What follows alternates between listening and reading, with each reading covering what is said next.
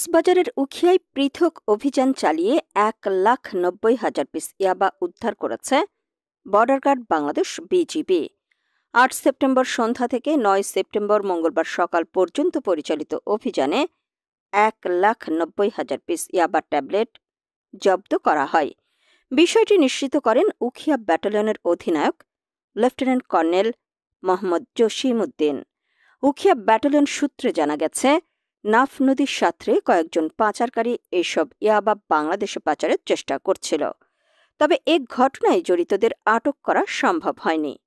গোপন সংবাদের ভিত্তিতে 8 সেপ্টেম্বর সন্ধ্যা 7:30টায় উখিয়ার পালংখালী ইউনিয়নের আঞ্জুমানপাড়ার পানির পয়েন্ট এলাকায় বিজিবি টহল জোরদার করে। এ সময় মিয়ানমারের দিক থেকে কয়েকজন সন্দেহভাজন ব্যক্তি নাফ নদীর সাঁতরে বাংলাদেশে প্রবেশ করলে বিজিবির সদস্যরা তাদের আটকানোর চেষ্টা করে।